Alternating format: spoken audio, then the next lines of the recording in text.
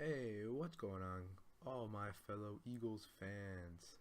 Hey, we are a couple days out of the Eagles Saints game. I needed to take a lot of time to. I couldn't come to in front of the camera because they just got destroyed so badly. I couldn't talk about them. But now we're here. The Eagles lost the New Orleans Saints 48-7. That's by 41 points they lost. That's the worst loss by a Super Bowl team in the following, like the Super Bowl winning team in the following season ever. And yeah, it was not good, not good. But there is an upside. The Eagles can still win this division quite not easily, the way they're playing right now, not easily, but they can still win the division. The division still is in grasps. So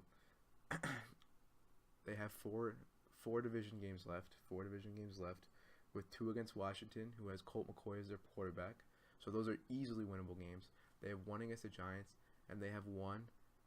I'm pretty sure I'm not sure if it's at home. I think it's at home against the Cowboys. Wait, no. Because it's away. We're at Jerry World. So they have four division games left. Two with Washington without their starting QB. One with the Giants, who have only beaten complete trash teams. But they have the Giants this Sunday, and the Giants. The only thing going for the Giants right now is their momentum, and we could have some problems, and our secondary is very banged up. But we'll get to that later. So they could easily win the division. Even if they were to win the division, the Eagles would be the worst team. Whatever team makes it out of the NFC East is going to be the worst team in the playoffs. Because the Cowboys. This is recorded on Thursday night. The Cowboys had already beaten the Redskins, but the Cowboys looked bad against the Redskins. The Redskins, without their starting quarterback, almost beat the Cowboys if it wasn't for Amari Cooper making humongous plays. Injuries for the Eagles this year have been astronomically bad. I mean, we thought the injuries last year were bad. It's not even close compared to this year. They're getting smacked by injuries. They have 20 starters that have missed some sort of time during the year with injuries. I can name them here for a second. You have a couple guys I know that are already out, like, indefinitely. They're not coming back at all this year. You have Darby, Bennett, McLeod, Ajayi, a bunch of big parts of this team. There's no way they're coming back this year. They're all out indefinitely. So I'm going to quickly give a really quick rundown of who is missed time during the year, because I have everyone listed over here. Everyone's listed. So you have Carson Wentz, torn ACL. He was out 2 weeks. Alshon Jeffrey missed the first 3 weeks. Corey Graham was out 2 weeks. On the injury reserve, those guys are all back.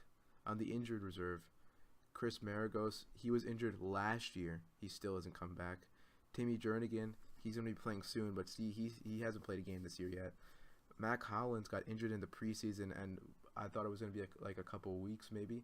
He still isn't back. Mike Wallace, he's expected to return sometime in December, but I don't even know if you bring him back at this point. The wide receiver position is kind of jammed, apparently. Apparently, Mike Rowe said that. That's just another problem. Mike Rowe, offensive coordinator.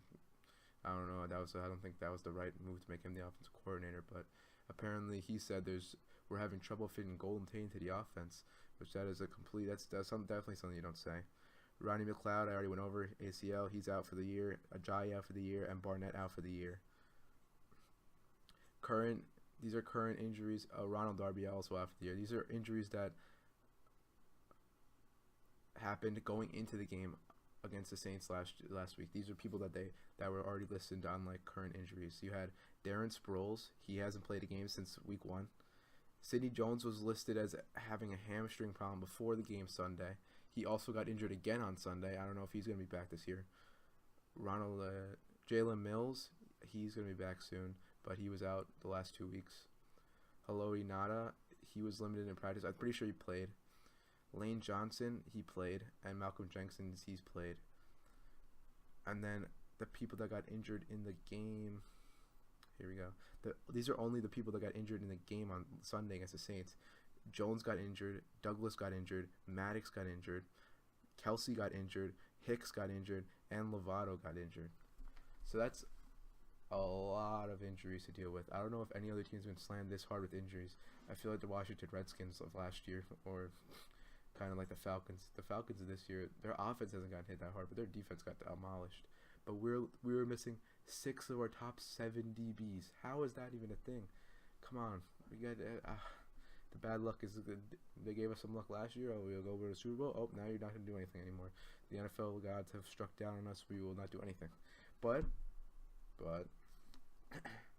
the NFC East is a terrible division, and we still have Carson Wentz in our quarterback, even though he easily had his worst game of the year on Sunday against the Saints. I mean, it was he had like a 30 rating. He threw like 4 interceptions. I think it was 3, maybe 3 or 4. He looked really bad. He looked like he was forcing throws at sometimes because they were down. Other times he underthrew a couple of receivers. And I mean, the offensive line looked bad. Lane Johnson is not what he was last year. We already know Jason Peters. He's basically done. Kelsey went down with an injury. He never came back. I mean, the line was banged up. The secondary gets a pass because the secondary was trash. Jenkins is like the only one making plays there, but the secondary was trash.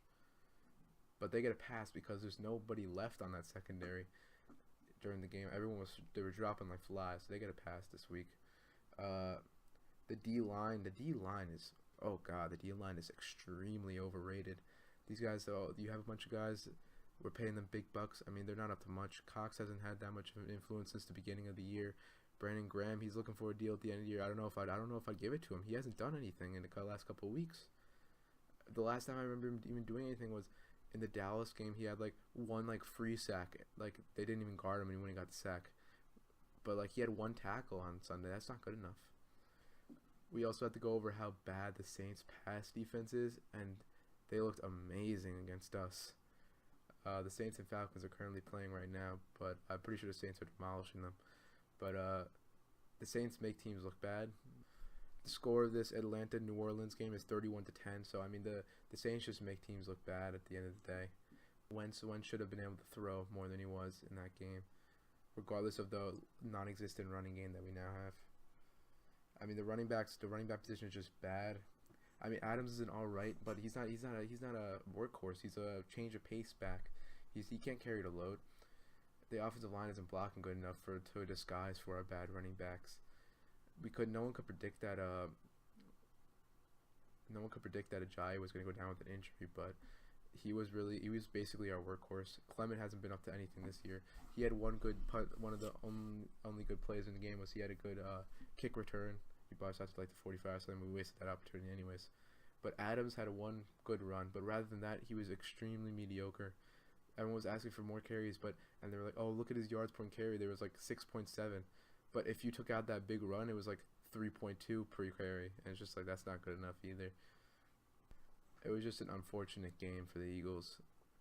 The Saints make teams look bad, like I said. But it didn't. It was close at one point. It was 17-7.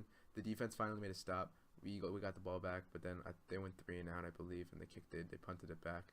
That was the only chance. It looked like they had a bit of a chance there. That didn't pan out, and then from there, the game was essentially over. Alright guys, thanks for watching. That is my recap of the Eagles versus the Saints. I know I didn't go into very many specifics about the game because I don't want to talk about the game. I'll have a video out tomorrow, and then I'll have a video out Saturday. The video out Saturday is definitely going to be a preview of the game Sunday. I may live stream the game Sunday, I may not, because, again, no viewers anyways. But thank you for sticking around to this point. If you have, please drop a like, subscribe, comment, tell me that my video is extremely trash and what I should change. I don't know. And I'll see you guys next time. Fly, Eagles, fly.